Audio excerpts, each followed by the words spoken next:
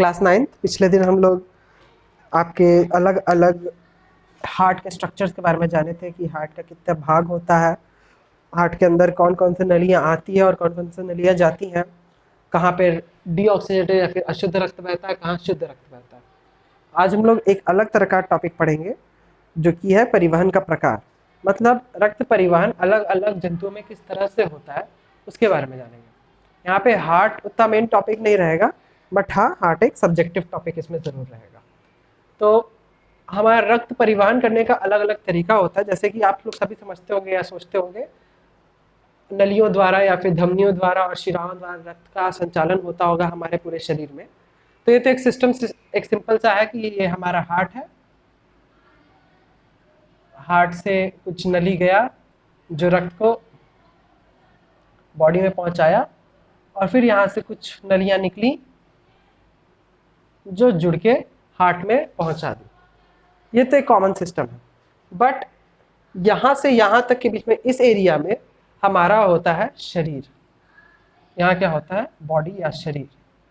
अब बॉडी में रक्त कैसे जा रहा है इसके ऊपर हम लोग अगर टॉपिक को डिस्कस करें तो ही हम लोग समझ सकेंगे कि रक्त का परिवहन किस किस तरह का हो सकता है। सिंपली हम लोग, आप लोग के बुक में 2 ही दिया है तो 2 ही रक्त परिवहन हम लोग मेनली जानेंगे।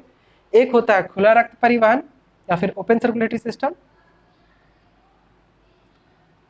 और दूसरा होता है बंद रक्त परिवहन या फिर क्लोज्ड सर्कुलेटरी सिस्टम। नाम से ही आप लोग समझ जा रहे होंगे, ओपन क्लोज्ड। ओपन मतलब खुला, मतलब वहां कुछ चीज होगा जो पूरी तरह से खुला होगा, और क्लोज मतलब वो चीज क्या होगा?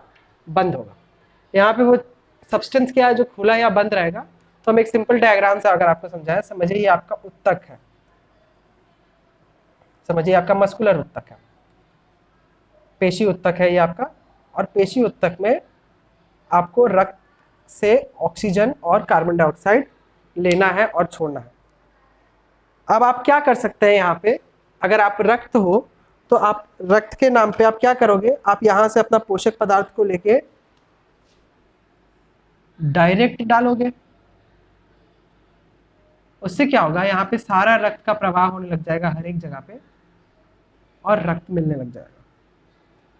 तो ओपन सर्कुलेटरी सिस्टम में क्या होता है कि जो रक्त के जो कैपिलरीज होते हैं वो पूरी तरह से पहुंचते नहीं है अंदर तक, और ऊपर से एक तरह से ऐसे शावर की तरह आप ऐसे छोड़ देते हैं। समझिए यहाँ पे उत्तक है तो आप ऐसे शावर की तरह करके छोड़ दिए और चारों तरफ रक्त पहुंच गया।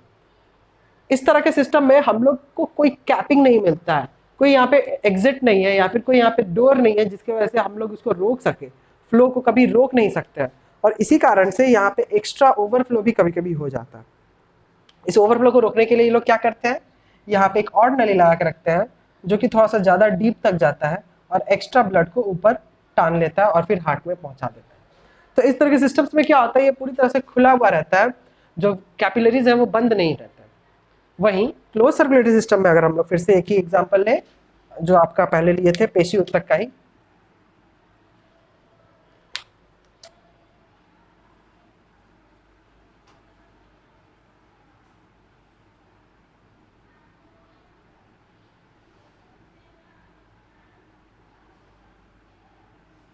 पेशी उत्तक का ही एग्जांपल हम लोग फिर से लें तो इसमें हम लोग क्या देखते हैं कि बंद में जो कैपिलरीज आते हैं वो तो सबसे पहले यहाँ पे विभाज्य होते हैं।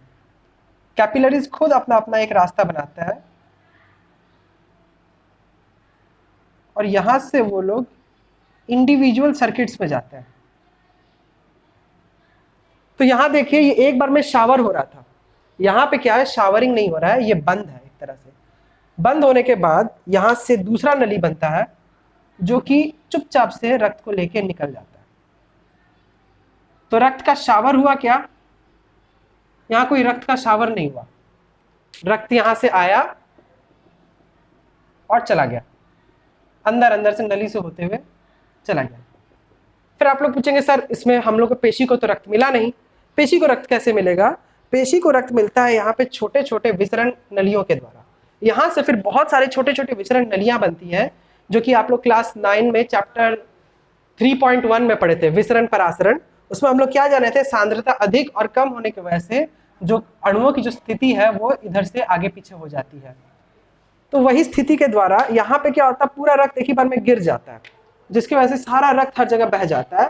पर यहाँ पे क्या होता है, रक्त बहता नहीं है, ओवरफ्लो कभी नहीं होता। रक्त के पोषण पदार्थ जो जरूरी है, जैसे यहाँ पे सिर्फ ऑक्सीजन और कार्बन डाइऑक्साइड चाहिए था, सिर्फ वही गया। विटामिन का जरूरत होता तो विटामिन जाता, मिनरल्स का जरूरत होता तो मिनरल्स जाता, और अगर आपको पोषक पदार्थ का जरूरत होता तो पोषक पदार्थ जाता। पर हमको यहाँ पे अभी क्या चाहिए था, ऑक्सीजन और कार्बन डाइऑक्साइड।